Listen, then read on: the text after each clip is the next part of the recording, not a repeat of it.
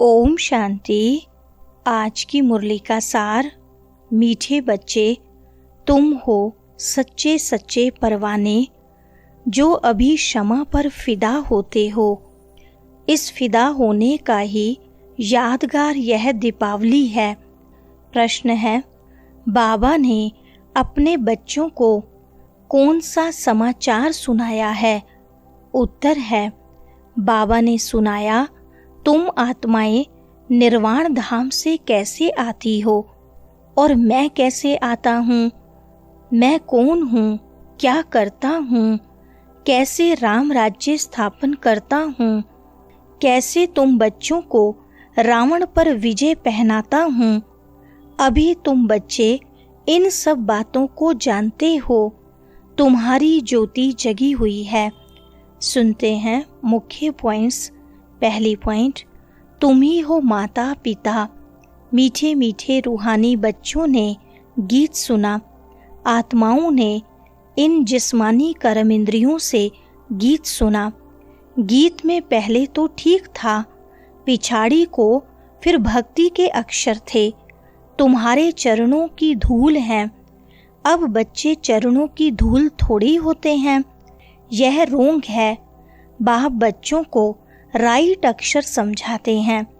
बाप आते भी वहाँ से हैं जहाँ से बच्चे आते हैं, वह है निर्वाण धाम।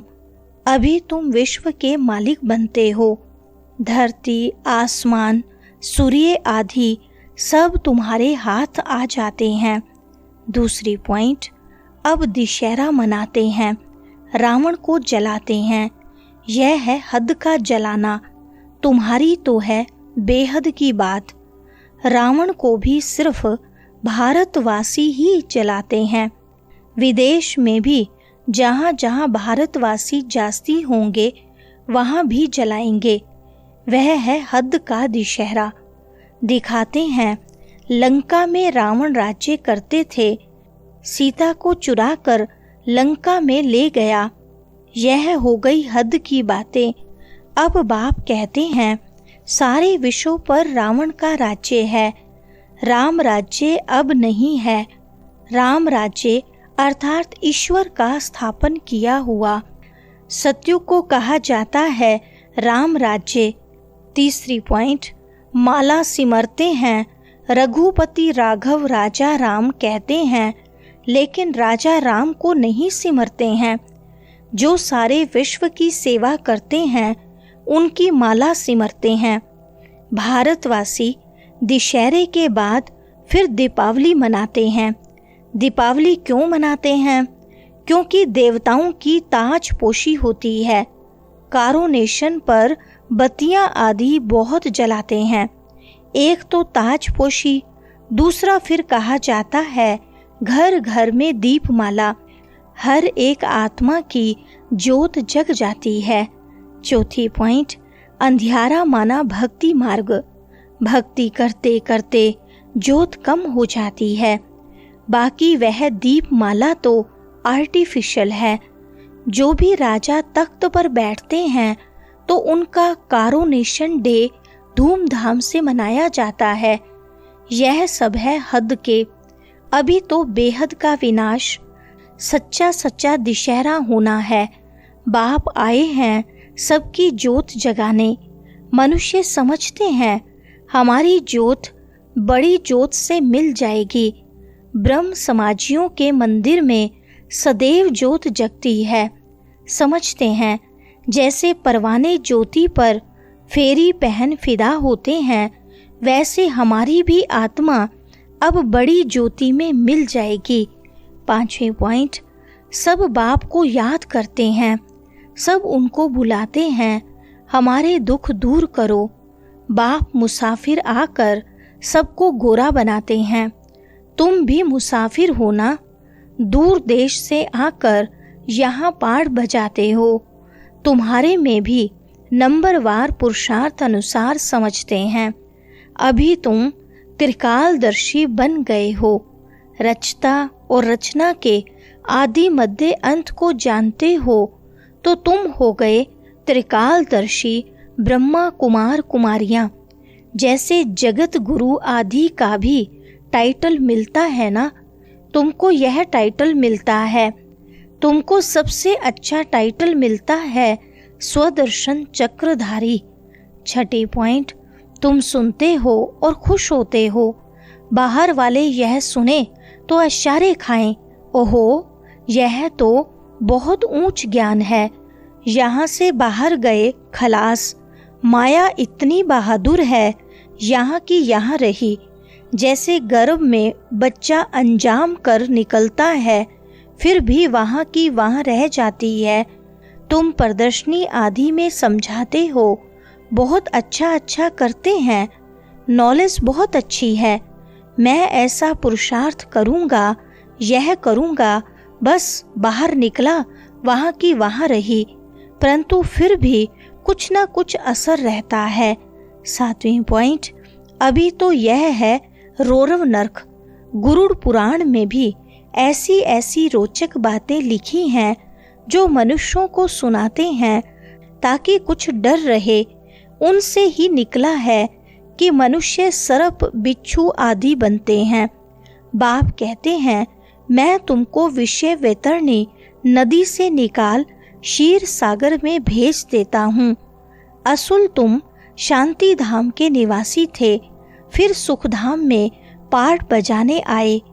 अभी फिर हम जाते हैं शांति धाम और सुख धाम। यह धाम तो याद करेंगे ना, गाते भी हैं तुम मात पिता। वह सुख घनेरे तो होते ही हैं सतयुग में, अभी है संगम।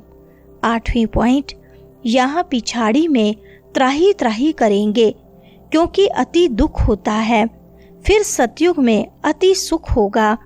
अति सुख और अति दुख का यह खेल बना हुआ है।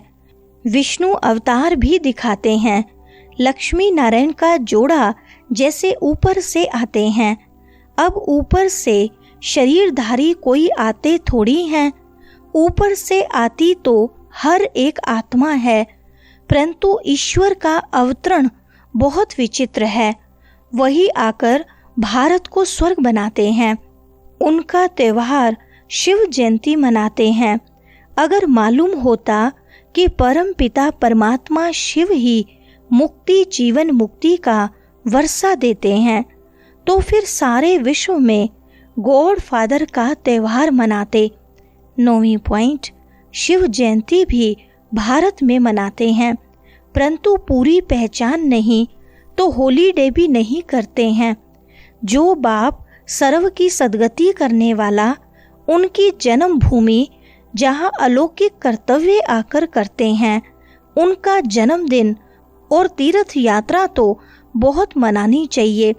तुम्हारा यादगार मंदिर भी यहाँ ही है, परंतु किसको पता नहीं है कि शिव बाबा ही आकर लिबरेटर गाइड बनता है। कहते सब हैं कि सब दुखों से छुड़ाकर सुख धाम में ले चलो, परंतु समझते नहीं। 10वीं पॉइंट, भारत बहुत ऊंच ते ऊंच खंड है। यह भारत कितना बड़ा तीर्थ है। भारत की महिमा अपरम अपार गाई हुई है। वहाँ ही शिव बाबा का जन्म होता है। उनको कोई मानते नहीं, स्टैंप नहीं बनाते, औरों की तो बहुत बनाते रहते हैं। अब कैसे समझाया जाए जो इनके महत्व का सबको पता पड़े। विलायत में भी सन्यासी आदि जाकर भारत का प्राचीन योग सिखलाते हैं। जब तुम यह राजयोग बताएंगे तो तुम्हारा बहुत नाम होगा। बोलो, राजयोग किसने सिखाया था? यह किसको पता नहीं है। 11वीं पॉइंट, बाप स्वर्ग का मालिक बनाने आए हैं। ऐसे बाप को बहुत प्यार से याद करो। तुमको देख और भी ऐसे कर्म करेंगे। इसको ही कहा जाता है अलौकिक दिव्य कर्म। ऐसे मत समझो कोई नहीं जानेंगे। ऐसे निकलेंगे जो तुम्हारे ये चित्र भी ले जाएंगे। अच्छे अच्छे चित्र बने तो स्टीमर भरा कर ले जाएंगे। स्टीमर जहाँ जहाँ खड़ा रहता है वहाँ ये चित्र लगा देंगे। तुम्हारी बहुत सर्विस होनी है। बहुत उदार चित्त हुंडी भरने वाले सांवल शाह भी निकलेंगे जो ऐसे काम करने लग पड़ते हैं। वरदान है, विश्व महाराजन की पदवी प्राप्त करने वाले सर्व शक्तियों के स्टोक से भरपूर भव। विस्तार है, जो विश्व महाराजन की पदवी प्राप्त करने वाली आत्माएं हैं, उनका पुरुषार्थ सिर्फ अपने प्रति नहीं होगा, अपने जीवन में आने वाले विघ्न व परीक्षाओं को पास करना यह तो बहुत कॉमन है। लेकिन जो विश्व महाराजन बनने वाली आत्माएं हैं, उनके पास अभी से ही सर्व शक्तियों का स्टॉक भरपूर होगा। उनका हर सेकंड, हर संकल्प दूसरे के प्रति होगा। तन मन धन समय श्वास सब विश्व कल्याण में सफल होता रहेगा। स्लोगन है, एक भी कमजोरी अनेक विशेषताओं को समाप्त कर देती है, इसलिए कमजोरियों को तलाक दो। अच्छा, ओम शांति।